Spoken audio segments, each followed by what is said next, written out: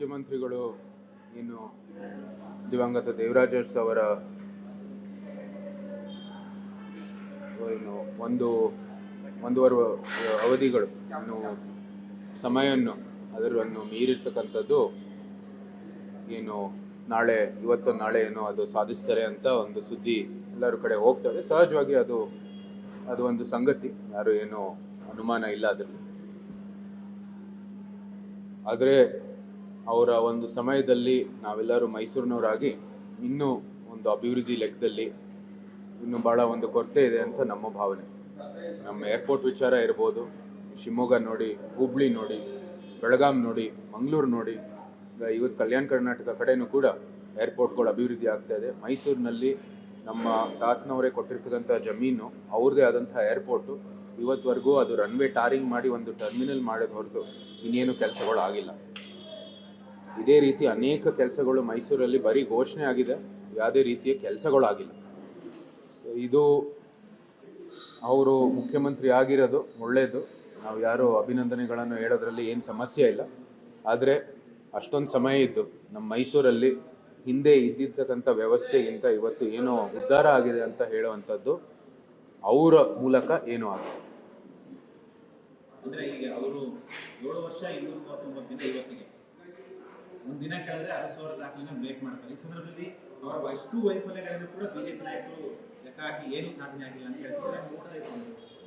ಆದರೆ ಅವರು ಕಾಲದ ಹಗರಣಗಳಿವೆ, ಸಾಕಷ್ಟು ದೊಡ್ಡ ಮಟ್ಟದಲ್ಲಿ ಸದ್ದು ಮಾಡಿದ್ರು. ನಿಮ್ಮ ಕಪ್ಚುಕ್ಕಿಗಳು ಲೆಕ್ಕ ಮಾಡ್ತಾಯಿದ್ರೆ ಈಗ ಕಾಗೆಯಲ್ಲಿ ಕಪ್ಚುಕ್ಕಿಯಲ್ಲಿ ಎಲ್ಲಿ ಹೇಳ್ಸೋದು, ಏನು ಮಾಡೋಕ್ಕಾಗಲ್ಲ. ನೋಡಿ, ಅವರು 11 ಎಷ್ಟೋ ಈಗ ಹಗರಣಗಳು ನಾವು ಉಲ್ಲೇಖ ಮಾಡ್ತಾ ಹೋಗ್ಬೋದು. ಮೂಡ ಇರ್ಬೋದು, ವಾಲ್ಮೀಕಿ ಹಗರಣ ಇರ್ಬೋದು, ಇವಾಗಲೇ ಗೃಹಲಕ್ಷ್ಮಿದು ವಿಚಾರ ಬಂತು ಆಚೆಗೆ. ನಂತರ ಕಾನೂನು ಮತ್ತು ಸುವ್ಯವಸ್ಥೆ ನಾವು ಕೂಡ ನಮ್ಮ ಅಧಿವೇಶನದಲ್ಲಿ ಎತ್ತಿದ್ದೀವಿ. ಮೈಸೂರು ಕಾರ್ಖಾನೆ ಇರ್ಬೋದು, ನಮ್ಮ ಉದಯಗಿರಿ ಠಾಣೆ ಮೇಲೆ ಹಲ್ಲೆ ಮಾಡುವಂಥದ್ದು ಇರ್ಬೋದು, ಬೆಂಗಳೂರಿನಲ್ಲಿ 2 ಡ್ರಗ್ಸ್ ಘಟಕಗಳನ್ನು ಪತ್ತೆ ಮಾಡುವಂಥದ್ದು ಇರ್ಬೋದು, ನಮ್ಮ ಪೊಲೀಸ್ನವರು ಮಹಾರಾಷ್ಟ್ರ ಪೊಲೀಸ್ ಬಂದು ಇಲ್ಲಿ ಅವ್ರನ್ನ ಪತ್ತೆ ಮಾಡಿರ್ತಕ್ಕಂಥದ್ದು. ನಾಚಿಕೆ ಆಗಬೇಕು. ಕಾನೂನು ಇಲ್ಲಿ ಕರ್ನಾಟಕದಲ್ಲಿ ಏನು ಕೊರತೆ ಇದೆ? ಒಳ್ಳೆ ವ್ಯವಸ್ಥೆ ಇದೆ, ಒಳ್ಳೆ ಪೊಲೀಸ್ ಅಧಿಕಾರಿಗಳಿದ್ದಾರೆ, ಅವ್ರಿಗೆ ಸ್ವಾತಂತ್ರ್ಯ ಕೊಡಬೇಕು ಕೆಲಸ ಮಾಡೋದಕ್ಕೆ. ಇವತ್ತು ಅಧಿಕಾರಿಗಳು ಕೂಡ ಒಂದು ರೀತಿ ಇದರಲ್ಲಿ ಶಾಮೀಲಾಗಿದ್ದಾರೆ ಅಂತ ಒಂದು ಅಭಿಪ್ರಾಯ ಬಂದ್ಬಿಟ್ಟಿದೆ. ಯಾಕೆಂದರೆ ಬೇರೆ ರಾಜ್ಯದಿಂದ ಬಂದು ಇವತ್ತು ಅದನ್ನ ಇಲ್ಲಿ ಬಂದು ಡ್ರಗ್ಸ್ ಒಂದು ಘಟಕ ಪತ್ತೆ ಮಾಡಬೇಕಂದ್ರೆ ಇದೇ ರೀತಿಯ ಒಂದು ಅಭಿಪ್ರಾಯಗಳನ್ನು ಬಂದಿದೆ. ಕರ್ನಾಟಕ ಏನು ಒಂದು ಪ್ರಗತಿಪರ ರಾಜ್ಯ ಆಗಿ ಗುರುತಿಸಲಾಗಿದೆ, ಇವತ್ತು ಆ ಹೆಸರು ಇನ್ನೂ ನಮ್ಮ ಜೊತೆಗಿಲ್ಲ. ಇವತ್ತು ಎಲ್ಲ ಬರೀ ಒಂದು ಭ್ರಷ್ಟ ಆಡಳಿತ, ವ್ಯವಸ್ಥೆ ದುರ್ಬಳಕೆ, ದುರಾಡಳಿತ ಎಲ್ಲಕ್ಕೂ ಹೆಸರುವಾಸಿ ಆಗ್ತಾ ಇದೆ ನಮ್ಮ ಕರ್ನಾಟಕ. ಮುಖ್ಯಮಂತ್ರಿಗಳು ಇನ್ನು ದಿವಂಗತ ದೇವರಾಜ ಅರಸು ಅವರ ಏನು ಒಂದೂವರೆ ಅವಧಿಗಳು ಇನ್ನು ಸಮಯವನ್ನು ಅದರನ್ನು ಮೀರಿರ್ತಕ್ಕಂಥದ್ದು ಏನು ಇವತ್ತು ನಾಳೆ ಏನೋ ಅದು ಸಾಧಿಸ್ತಾರೆ ಅಂತ ಒಂದು ಸುದ್ದಿ ಎಲ್ಲರ ಕಡೆ ಹೋಗ್ತದೆ. ಸಹಜವಾಗಿ ಅದು ಒಂದು ಸಂಗತಿ, ಯಾರು ಏನೋ ಅನುಮಾನ ಇಲ್ಲ ಅದರಲ್ಲಿ. ಆದರೆ ಅವರ ಒಂದು ಸಮಯದಲ್ಲಿ ನಾವೆಲ್ಲರೂ ಮೈಸೂರಿನವರಾಗಿ ಇನ್ನೂ ಒಂದು ಅಭಿವೃದ್ಧಿ ಲೆಕ್ಕದಲ್ಲಿ ಇನ್ನೂ ಭಾಳ ಒಂದು ಕೊರತೆ ಇದೆ ಅಂತ ನಮ್ಮ ಭಾವನೆ. ನಮ್ಮ ಏರ್ಪೋರ್ಟ್ ವಿಚಾರ ಇರ್ಬೋದು, ಶಿವಮೊಗ್ಗ ನೋಡಿ, ಹುಬ್ಳಿ ನೋಡಿ, ಬೆಳಗಾಂ ನೋಡಿ, ಮಂಗಳೂರು ನೋಡಿ, ಇವತ್ತು ಕಲ್ಯಾಣ ಕರ್ನಾಟಕ ಕಡೆಯೂ ಕೂಡ ಏರ್ಪೋರ್ಟ್ಗಳು ಅಭಿವೃದ್ಧಿ ಆಗ್ತಾ ಇದೆ. ಮೈಸೂರಿನಲ್ಲಿ ನಮ್ಮ ತಾತನವರೇ ಕೊಟ್ಟಿರ್ತಕ್ಕಂಥ ಜಮೀನು, ಅವ್ರದ್ದೇ ಆದಂಥ ಏರ್ಪೋರ್ಟು, ಇವತ್ತುವರೆಗೂ ಅದು ರನ್ವೇ ಟಾರಿಂಗ್ ಮಾಡಿ ಒಂದು ಟರ್ಮಿನಲ್ ಮಾಡೋದು ಹೊರತು ಇನ್ನೇನು ಕೆಲಸಗಳು ಆಗಿಲ್ಲ. ಇದೇ ರೀತಿ ಅನೇಕ ಕೆಲಸಗಳು ಮೈಸೂರಲ್ಲಿ ಬರೀ ಘೋಷಣೆ ಆಗಿದೆ, ಯಾವುದೇ ರೀತಿಯ ಕೆಲಸಗಳು ಆಗಿಲ್ಲ. ಸೊ ಇದು ಅವರು ಮುಖ್ಯಮಂತ್ರಿ ಆಗಿರೋದು ಒಳ್ಳೆಯದು, ನಾವು ಯಾರು ಅಭಿನಂದನೆಗಳನ್ನು ಹೇಳೋದ್ರಲ್ಲಿ ಏನು ಸಮಸ್ಯೆ ಇಲ್ಲ. ಆದರೆ ಅಷ್ಟೊಂದು ಸಮಯ ಇದ್ದು ನಮ್ಮ ಮೈಸೂರಲ್ಲಿ ಹಿಂದೆ ಇದ್ದಿರ್ತಕ್ಕಂಥ ವ್ಯವಸ್ಥೆಗಿಂತ ಇವತ್ತು ಏನೋ ಉದ್ಧಾರ ಆಗಿದೆ ಅಂತ ಹೇಳುವಂಥದ್ದು ಅವರ ಮೂಲಕ ಏನೂ ಆಗಿದೆ. ಅಂದರೆ ಈಗ ಅವರು 7 ವರ್ಷ 239 ದಿನ ಇವತ್ತಿಗೆ ಒಂದಿನ ಕಳೆದ್ರೆ ಅರಸವರ ದಾಖಲೆನ ಬ್ರೇಕ್ ಮಾಡ್ತಾರೆ. ಈ ಸಂದರ್ಭದಲ್ಲಿ ಅವರ ಎಷ್ಟು ವೈಫಲ್ಯಗಳನ್ನು ಕೂಡ ಬಿಜೆಪಿ ನಾಯಕರು ಲೆಕ್ಕ ಹಾಕಿ ಏನು ಸಾಧನೆ ಆಗಿಲ್ಲ ಅಂತ ಹೇಳ್ತಾರೆ.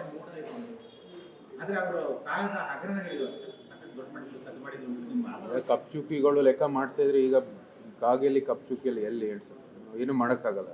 ನೋಡಿ, ಅವರು 11 ಎಷ್ಟೋ ಈಗ ಹಗರಣಗಳು ನಾವು ಉಲ್ಲೇಖ ಮಾಡ್ತಾ ಹೋಗ್ಬೋದು. ಮೂಡ ಇರ್ಬೋದು, ವಾಲ್ಮೀಕಿ ಹಗರಣ ಇರ್ಬೋದು, ಇವಾಗಲೇ ಗೃಹಲಕ್ಷ್ಮಿದು ವಿಚಾರ ಬಂತು ಆಚೆಗೆ. ನಂತರ ಕಾನೂನು ಮತ್ತು ಸುವ್ಯವಸ್ಥೆ ನಾವು ಕೂಡ ನಮ್ಮ ಅಧಿವೇಶನದಲ್ಲಿ ಎತ್ತಿದ್ದೀವಿ. ಮೈಸೂರು ಕಾರ್ಖಾನೆ ಇರ್ಬೋದು, ನಮ್ಮ ಉದಯಗಿರಿ ಠಾಣೆ ಮೇಲೆ ಹಲ್ಲೆ ಮಾಡುವಂಥದ್ದು ಇರ್ಬೋದು, ಬೆಂಗಳೂರಿನಲ್ಲಿ 2 ಡ್ರಗ್ಸ್ ಘಟಕಗಳನ್ನು ಪತ್ತೆ ಮಾಡುವಂಥದ್ದು ಇರ್ಬೋದು, ನಮ್ಮ ಪೊಲೀಸ್ನವರು ಮಹಾರಾಷ್ಟ್ರ ಪೊಲೀಸ್ ಬಂದು ಇಲ್ಲಿ ಅವ್ರನ್ನ ಪತ್ತೆ ಮಾಡಿರ್ತಕ್ಕಂಥದ್ದು ನಾಚಿಕೆ ಆಗಬೇಕು. ಕಾನೂನು ಇಲ್ಲಿ ಕರ್ನಾಟಕದಲ್ಲಿ ಏನು ಕೊರತೆ ಇದೆ, ಒಳ್ಳೆ ವ್ಯವಸ್ಥೆ ಇದೆ, ಒಳ್ಳೆ ಪೊಲೀಸ್ ಅಧಿಕಾರಿಗಳಿದ್ದಾರೆ, ಅವ್ರಿಗೆ ಸ್ವಾತಂತ್ರ್ಯ ಕೊಡಬೇಕು ಕೆಲಸ ಮಾಡೋದಕ್ಕೆ.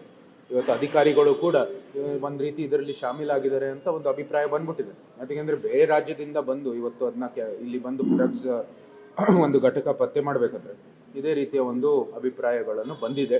ಕರ್ನಾಟಕ ಏನು ಒಂದು ಪ್ರಗತಿಪರ ರಾಜ್ಯ ಆಗಿ ಗುರುತಿಸಲಾಗಿದೆ, ಇವತ್ತು ಆ ಹೆಸರು ಇನ್ನೂ ನಮ್ಮ ಜೊತೆಗಿಲ್ಲ. ಇವತ್ತು ಎಲ್ಲ ಬರೀ ಒಂದು ಭ್ರಷ್ಟ ಆಡಳಿತ, ವ್ಯವಸ್ಥೆ ದುರ್ಬಳಕೆ, ದುರಾಡಳಿತ ಎಲ್ಲಕ್ಕೂ ಹೆಸರುವಾಸಿ ಆಗ್ತಾ ಇದೆ ನಮ್ಮ ಕರ್ನಾಟಕ. ಮುಖ್ಯಮಂತ್ರಿಗಳು ಇನ್ನು ದಿವಂಗತ ದೇವರಾಜ ಅರಸು ಅವರ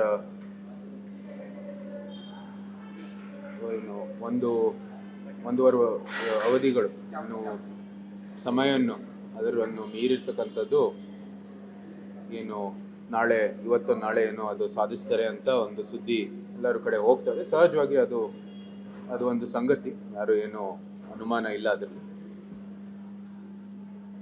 ಆದರೆ ಅವರ ಒಂದು ಸಮಯದಲ್ಲಿ ನಾವೆಲ್ಲರೂ ಮೈಸೂರಿನವರಾಗಿ ಇನ್ನೂ ಒಂದು ಅಭಿವೃದ್ಧಿ ಲೆಕ್ಕದಲ್ಲಿ ಇನ್ನೂ ಭಾಳ ಒಂದು ಕೊರತೆ ಇದೆ ಅಂತ ನಮ್ಮ ಭಾವನೆ.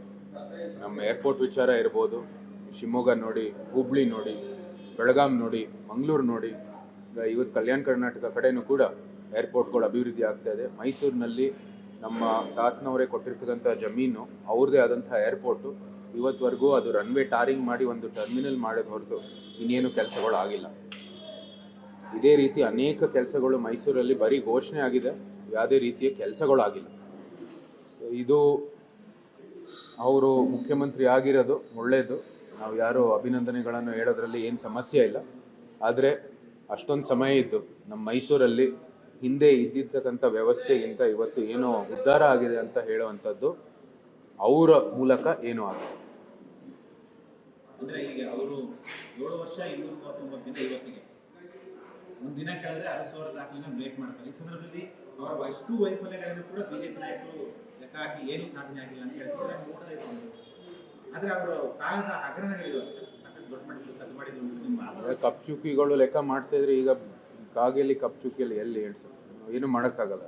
ನೋಡಿ, ಅವರು 11 ಎಷ್ಟೋ ಈಗ ಹಗರಣಗಳು ನಾವು ಉಲ್ಲೇಖ ಮಾಡ್ತಾ ಹೋಗ್ಬೋದು. ಮೂಡ ಇರ್ಬೋದು, ವಾಲ್ಮೀಕಿ ಹಗರಣ ಇರ್ಬೋದು, ಇವಾಗಲೇ ಗೃಹಲಕ್ಷ್ಮಿದು ವಿಚಾರ ಬಂತು ಆಚೆಗೆ.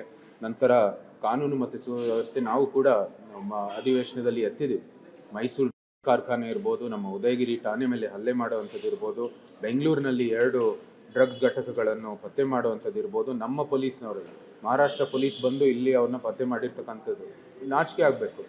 ಕಾನೂನು ಇಲ್ಲಿ ಕರ್ನಾಟಕದಲ್ಲಿ ಏನು ಕೊರತೆ ಇದೆ, ಒಳ್ಳೆ ವ್ಯವಸ್ಥೆ ಇದೆ, ಒಳ್ಳೆ ಪೊಲೀಸ್ ಅಧಿಕಾರಿಗಳಿದ್ದಾರೆ, ಅವ್ರಿಗೆ ಸ್ವಾತಂತ್ರ್ಯ ಕೊಡಬೇಕು ಕೆಲಸ ಮಾಡೋದಕ್ಕೆ.